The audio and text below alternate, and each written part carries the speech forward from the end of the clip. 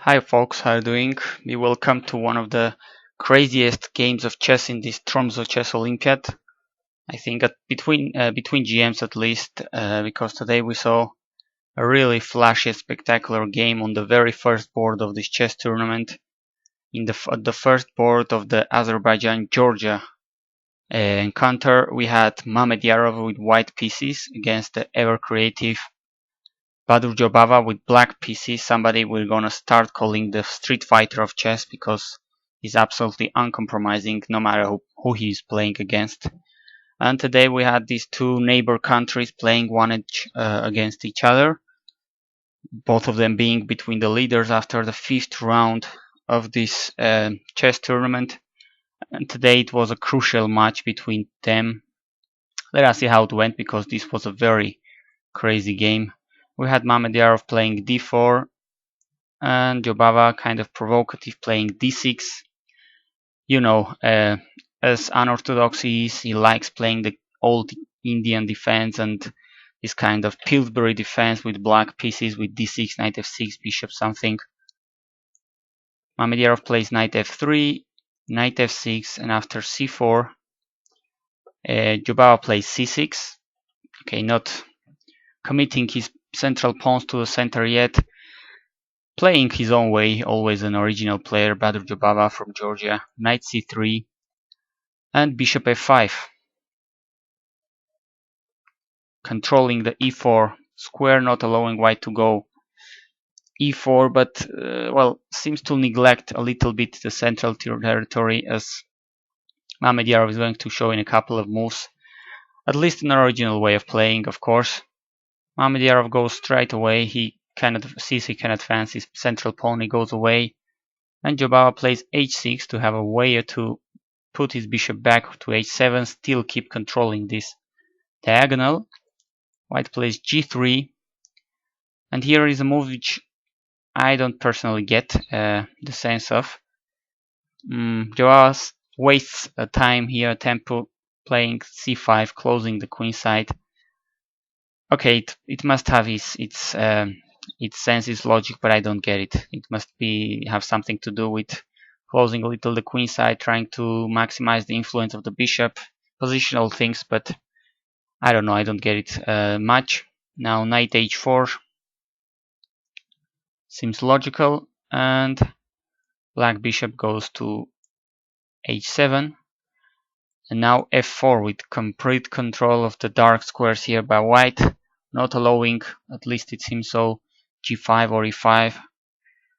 And it's funny because during the live stream, these great commentators on chess24.com, Lawrence Trent and Jan Gustafsson, were saying that this was a very uncomfortable position for black.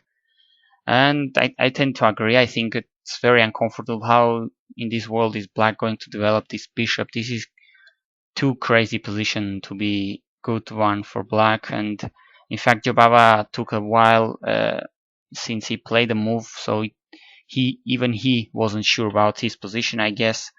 But it's funny because my engine says it's only 0.2 for white, so I guess it's very superficial analysis, of course, not long-term analysis. But here my super engine suggests to play g5 and sacrificing a pawn in this flashy way, playing knight d4, attacking both the bishop and the knight, and bishop d2, bishop g7 is suggested with, my computer says, almost an equal position. Okay, it's hard to understand, hard to believe anything here. This is everything opened up here, and who knows what's going on here, but certainly this position looks tough one for black.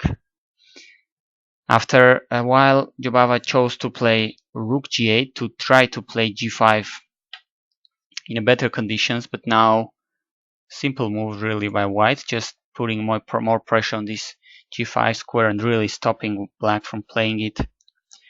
Jobava keeps playing original. He plays knight d4, attacking the knight, having it defended with the bishop, and really playing, trying not to be lost right out of the opening, and really playing original moves. Here comes a funny move, queen c2, not defending his own knight on c3, but pinning the black one on e4 as the knight, as the bishop on a7 is hanging, as well as the rook on g8. So this funky situation of the pieces on the king side of black is allowing white to make this useful move with the queen on c2 and queen a5, practical choice, pinning these knights. So now we have a couple of pinned knights, the one on c3, the black one on e4. Really crazy position, absolutely non-theoretical, of course. Bishop d2 seems very logical. And now, of course, black cannot take something with a knight, for instance, just taking here. The bishop on a7 is hanging, and the rook is going to be lost as well. So the lack of development can cause these kind of funny situations. And of course, this is crushing for white. So Jobava plays another move, sensible one. He goes back with the knight, unleashing an attack with the bishop against white queen and protecting his bishop. So here queen goes to b3, attacking at the same time the vulnerable and very weak b7 pawn here. Knight takes f3 check, e takes f3, and Jobava is not going to shy back here. Now he's gone too far to keep now with the queen go back, with the queen to go back and protect. He just goes knight d7 and say, go ahead and take it. I'm crazy, I know, but who cares? I'm going to play Street Fighter chess.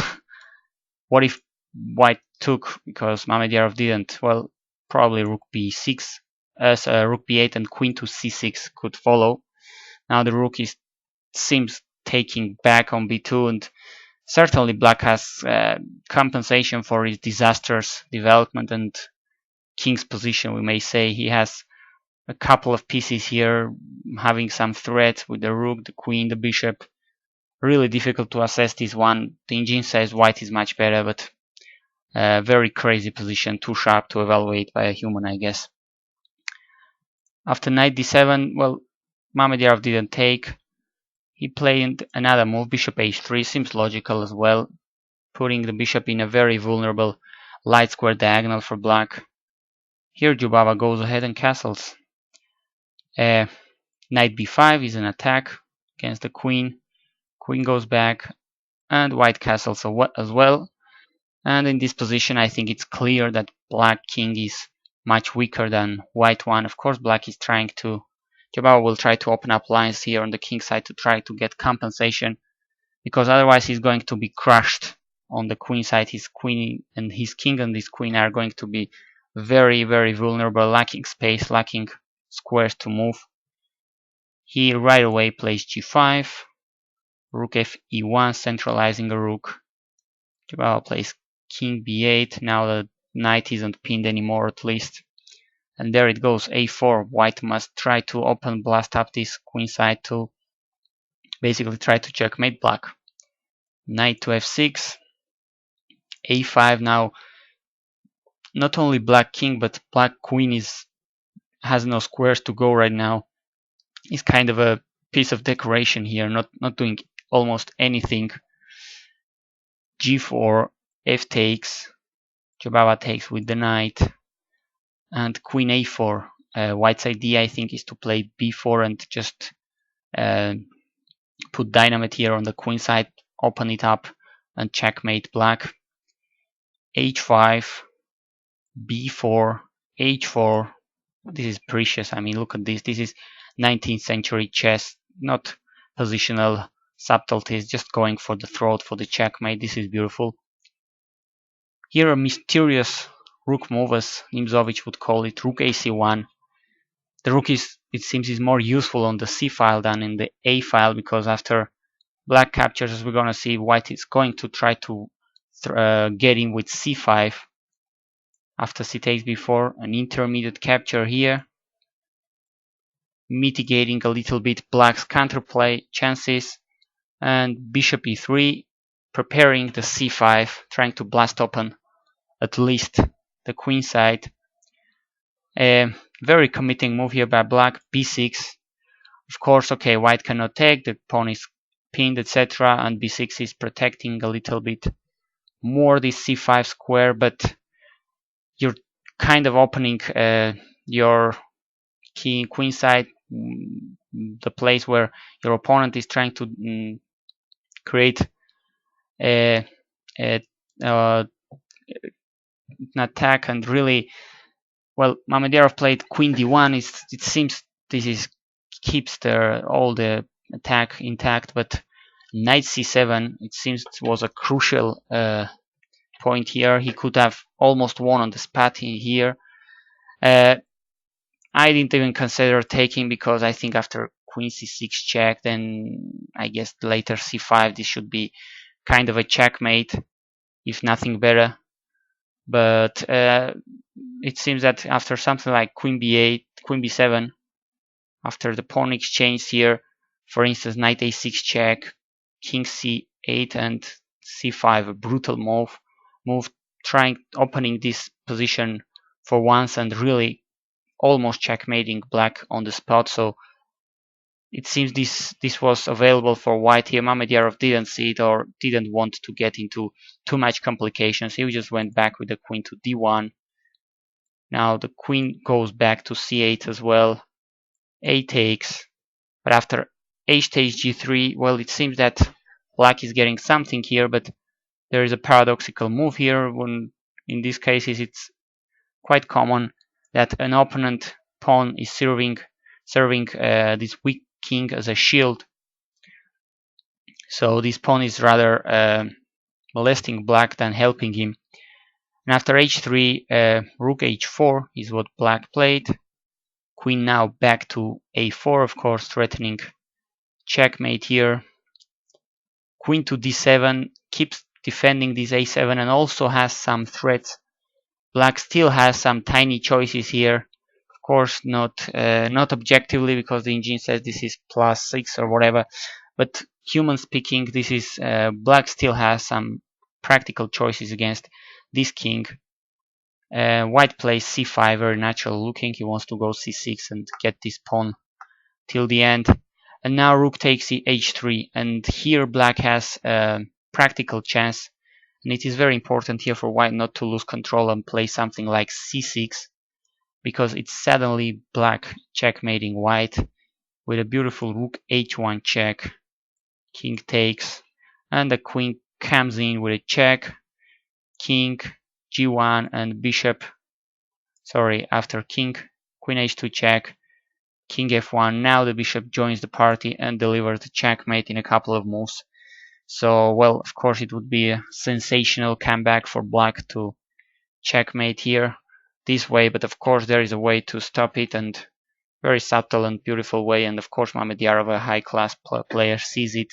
He puts this pawn in between. The queen cannot take it, keeping his chances open, because it is white getting there first, checkmating. But if he takes with the bishop, that's what Jobava played. Now the queen hasn't the h3 square available to get in with a check after rook h1, so after c6 the position is absolutely desperate for black here. Jobava tried a last practical chance, playing a5, and of course taking the queen here, it must be won anyway, but white will keep it complicated. Mamedyarov just takes this pawn, keeps keeping his all his checkmating options here, and having two pawns on b6 and c6, the queen and the king of black in this situation. It's absolutely no way black is surviving these more than 2 or 3 moves. So Jobava just resigned, giving Mamedyarov and Azerbaijan a very important victory at the first board of this match. In fact, Azerbaijan later won another couple of games, winning the match 3.5 to a half, I think. So this is giving them a huge lead in the tournament, in the Tromsø Chess Olympiad, after this spectacular win by Shahryar Mamedyarov against Badur Jobava. Thanks for watching.